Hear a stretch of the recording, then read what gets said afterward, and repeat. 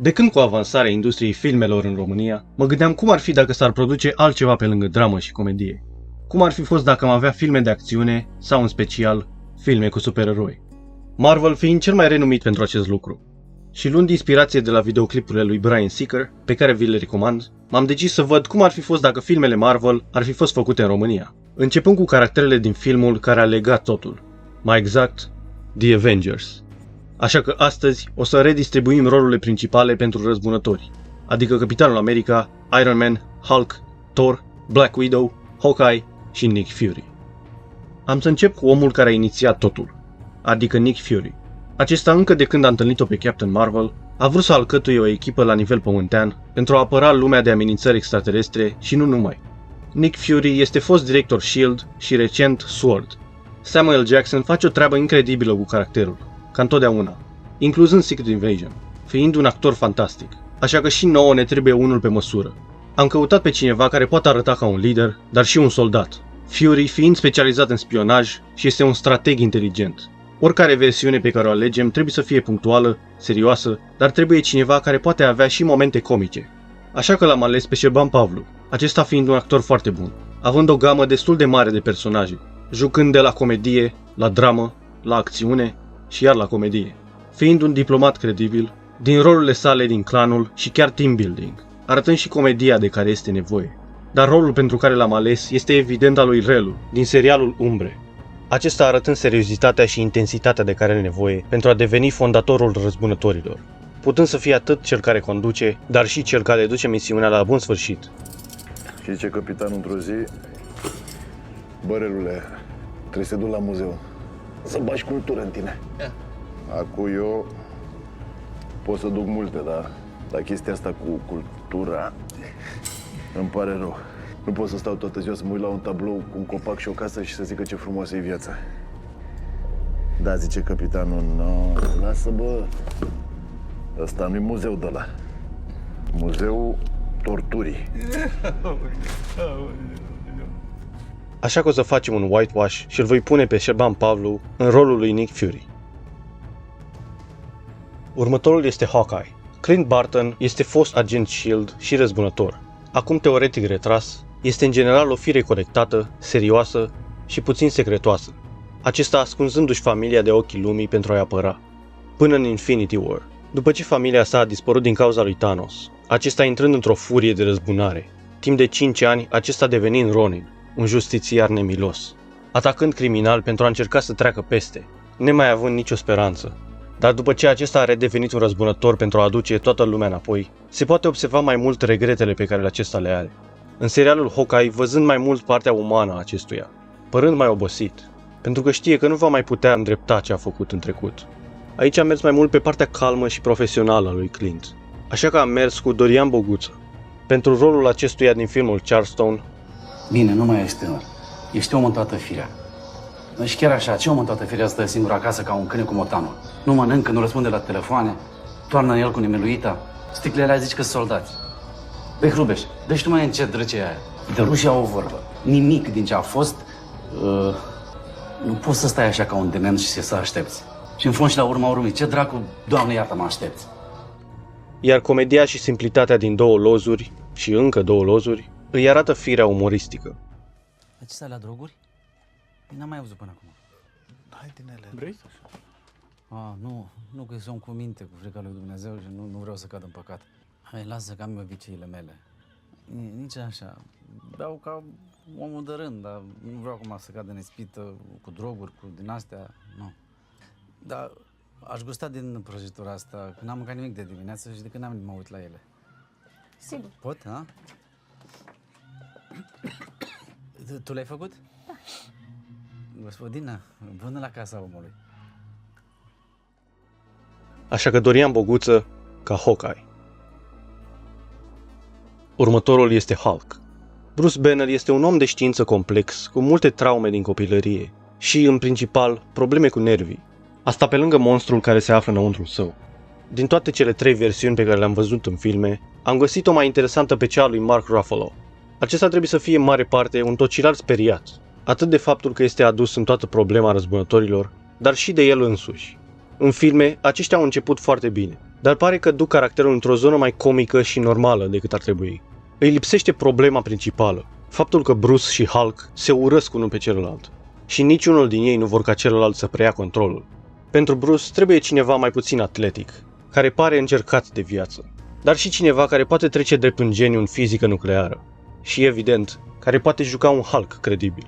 Inițial m-am gândit la Andy Vasluian. E un actor foarte bun și cred că ar fi fost perfect pentru versiunea lui Edward Norton, dar am vrut ceva diferit pentru el, așa că am mers într-o direcție oarecum mai ciudată. Adrian Vâncică. Deși majoritatea l-ar ști din rolul său ca Celentano, acesta pe lângă teatru a mai avut câteva roluri interesante, cum este rolul acestuia din scurtmetrajul Cadoul de Crăciun. Un om simplu și calm, dar cu apăsare din cauza sistemului comunist, arătându-și și partea rea atunci când ceva nu merge bine. Băi, și eu dacă am zis asta, tu chiar trebuie să zici la toți, mă, lucrul ăsta, ha? Ce s-a întâmplat? S-a întâmplat că Vitu vrea să mă bage în pușcărie, asta s-a întâmplat. Ce ți-a făcut? Întreabă-l pe el. Cine să mă Și las că spun eu. Deci a făcut scrisoarea, cum ai zis tu, cu nume, prenume, cu adresă, cu tot așa și a pus-o la poștă. Da, și? Și ce crezi tu că a zis el în ea, că vrea să facă tasul de Crăciun, hă? Ce-și dorește tasul de Crăciun? Zic că poate știi. Nu știu de unde să știu. Să moară Neanicu.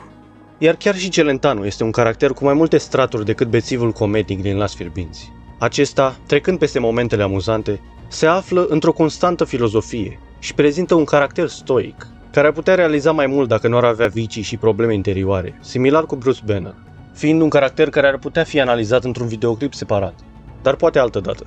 Așa că Adrian Vâncică ca Bruce Banner și Hulk. Următorul este Thor. Acum, pentru Thor este puțin mai dificil, având în vedere fizicul pe care Chris Hemsworth îl are, dar o să mă axez mai mult pe cineva care ar putea deveni un Thor credibil. La fel ca ceilalți, acesta a avut parte de o evoluție destul de mare în cei 11 ani pe ecran, începând cu un fiu arogant și plin de sine, într-unul mai relaxat și comedic, ducând la un adult serios, cu pierderi și regrete, ajungând în final responsabil, reflectând la ce a avut și având optimism pentru ce urmează. Prima persoană la care m-am gândit a fost Denis Ștefan. Este carismatic, aspectul este acolo și ar fi potrivit pentru partea shakespeariană a lui Thor, dar am vrut pe cineva mai tânăr, mai potrivit pentru un zeu care are peste 1500 de ani, așa că am mers pe Daniel Nuță. Acesta a cam fost pe val în ultimii ani, atât în producții românești, dar și internaționale. Și pe bună dreptate. Daniel este un actor foarte talentat și cred că are câteva roluri care ar însuma atitudinea mitică a lui Thor, mai ales din rolul acestuia ca Vlad Țepeș, conducătorii istorici și zei mitologici, având foarte multe similarități cinematice. Iar pe lângă talentul lui, acesta are un fizic care ar putea trece drept zeul tunetului. Și deja știm cum arată cu părul lung. Nu cred că este neapărat de nevoie să fie și blond, dar dacă este necesar, cred că ar putea să o scoată la capăt. Așa că Daniel Nuță, ca Thor Odinson. Mai departe îl avem pe Capitanul America. Steve Rogers este un soldat cu inimă de aur, un lider excelent și, evident, un erou. Este nevoie de cineva care să inspire speranță în oameni, dar și cineva care este pregătit de fizicalitatea rolului. Un veteran de război trezit într-o lume modernă, fără să cunoască pe nimeni.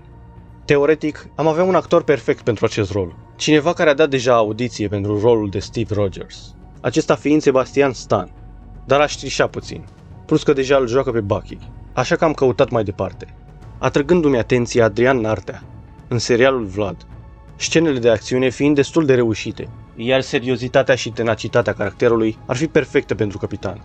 Am fost surprins că nu a făcut parte din mai multe proiecte, pentru că pare că are mult potențial ca protagonist și ar face o treabă destul de bună cu direcțiile potrivite. Așa că Adrian Nartea este noul Capitan America. Următoarea pe listă este Black Widow. Natasha Romanoff este un spion rus, o asasină controlată de când era copil, fiind mai târziu recrutată de S.H.I.E.L.D. Aici trebuie cineva care poate avea o dominanță în dialog, care poate fi feroce și vicleană. Aici am fost destul de ușor pentru mine, pentru că nu cred că sunt multe actrițe care s-ar potrivi pentru acest rol și să fi făcut și acțiune în același timp.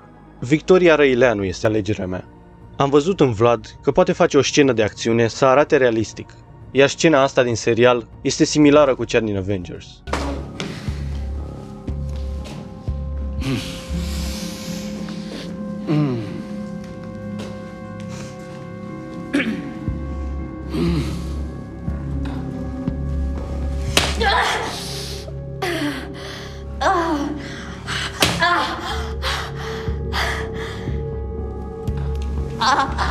groaznice. Spune-mi de ce mă obligi să distrug o asemenea frumusețe. Iar caracterul acesteia din Klaus și Barroso încapsulează foarte bine atitudinea de care ar avea nevoie, plus culoarea părului. Așa că Victoria Răileanu ca Black Widow. În final, îl avem pe Iron Man, miliardar afemeiat filantrop. Cam așa se descrie Tony Stark, dar e puțin mai mult de atât. Acesta este carismatic, sigur pe el și, cel mai important, un geniu. Ne trebuie cineva care poate căra acest rol, cineva cu experiență. Tony începând ca fiind fiul de bani gata arogant, glumeț și nepăsător, dar prin traume și obsesii, ajungând să fie mai puțin axat pe el însuși și mai mult pe cei din jurul său, devenind părinte și, în final, făcând sacrificiul suprem pentru a salva ce contează pentru el. Inițial m-am gândit la Mihai Bendeac. Chiar dacă acesta face mai mult teatru, personalitatea acestuia este similară cu a lui Tony Stark. L-aș vedea destul de ușor într-un rol de genul dacă ar vrea să o facă. Dar m-am dus mai departe, pentru cineva care face filme de mult timp, și anume Andy Vazluianu. Acesta a jucat în destule roluri de genul protagonist carismatic și isteț, cum e în Profu, fiind capabil să centreze o scenă în jurul său, cum o face în Taximetriști. Auzi mă, dar pe hoții ăia, cum le zici tu, păi aia cine i-a pus acolo? Nu voi? Prietene? Dacă vrei să dai cu ei de pământ, dai cu votul. Asta încerc eu seară de seară să vă bag în cap. Că țara nu se schimbă la bere.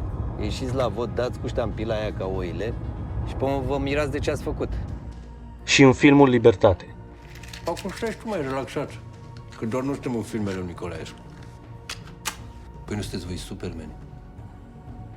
De-aia care dați cu șpreu și gata, deveniți invizibili. Nici chiar așa. Se vede că ești de la judiciar. Ia. Un nătăfleț de la Economic a început să ne turuie cu planurile, cu tunelurile, că știe el pe unde sunt, că ne duce. Știam că minte, îți dai seama. Când i-am dat un pic să deseneze, l-a luat plânsul. L-au dus la Eud. Și Silivașcu, prietenul Petrache, tot acolo sunt. Că să-i sperie așa de Paștele Măsii de Joși. Așa că Andy Vazluianu este Iron Man. Mersi că te-ai uitat. Mie mi-a plăcut să fac acest videoclip, așa că nu uita să lași un like dacă ți-a plăcut și ție și vrei partea a doua pentru alte caractere.